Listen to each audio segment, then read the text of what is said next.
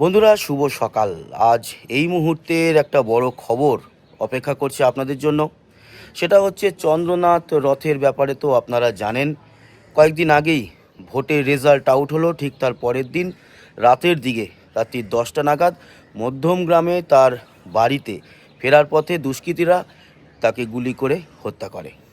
এরপর জল কিছুটা গড়িয়েছিল, কিন্তু বেশি দূর গড়ায়নি। তার আগেই আজ উত্তরপ্রদেশ থেকে 3জনকে গ্রেপ্তার করা হয়েছে, নিয়ে আসা হচ্ছে কলকাতায়। চন্দ্রনাথ রথ, তাকে এই হত্যার পিছনে যে গাড়ি ব্যবহার করা হয়েছিল, সেই গাড়ির নাম্বার প্লেট ভুয়ো। ঝাড়খণ্ড থেকে নিয়ে আসা হয়েছিল গাড়িটিকে।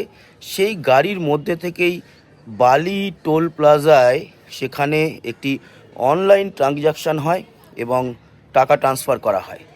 সেই সূত্র ধরে পুলিশ উত্তরপ্রদেশে পাড়ি দিয়েছিল। একটি সিট গঠন করা হয়েছিল, তার মধ্যে একদল পুলিশ সেখানে যায়। সেখান থেকে অবশেষে 3জনকে গ্রেপ্তার করা হয়।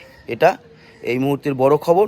আমরা চাই এই 3জন নয়, আসলে এই 3জন যদি খুনি হয়ে থাকে, এখনও পর্যন্ত অভিযুক্ত বলা হচ্ছে, তো সেক্ষেত্রে এই 3জনকে যারা অর্ডার দিয়েছিল, যেখান থেকে তাদের জন্য টাকা এসেছিল এবং মূল মাথা যেখান থেকে অর্ডার পাস হয়েছিল, সেই মূল মাথাকে ধরতে হবে। যদিও এটা কতটা সম্ভব তাই নিয়ে এখনও সন্দেহ আছে, কারণ এই ধরনের কেসগুলোতে দেখা যায় যারা খুন করে, গুলি চালায় সরাসরি, তারা অ্যারেস্ট হলেও তারপরে গিয়ে লিঙ্ক যেন কেটে যায়।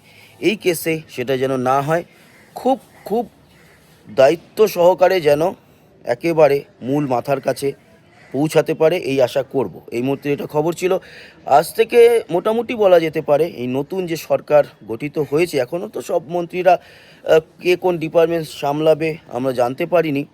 আজকে মুখ্যমন্ত্রী শুভেন্দু অধিকারী, দেখুন, এতদিন মুখ্যমন্ত্রী মমতা বন্দ্যোপাধ্যায় বলতে বলতে আমাদের অভ্যাস হয়ে গেছিল, জীবের গোড়ায় চলে আসে, কিন্তু এখন থেকে আমাদের অভ্যাস করতেই হবে।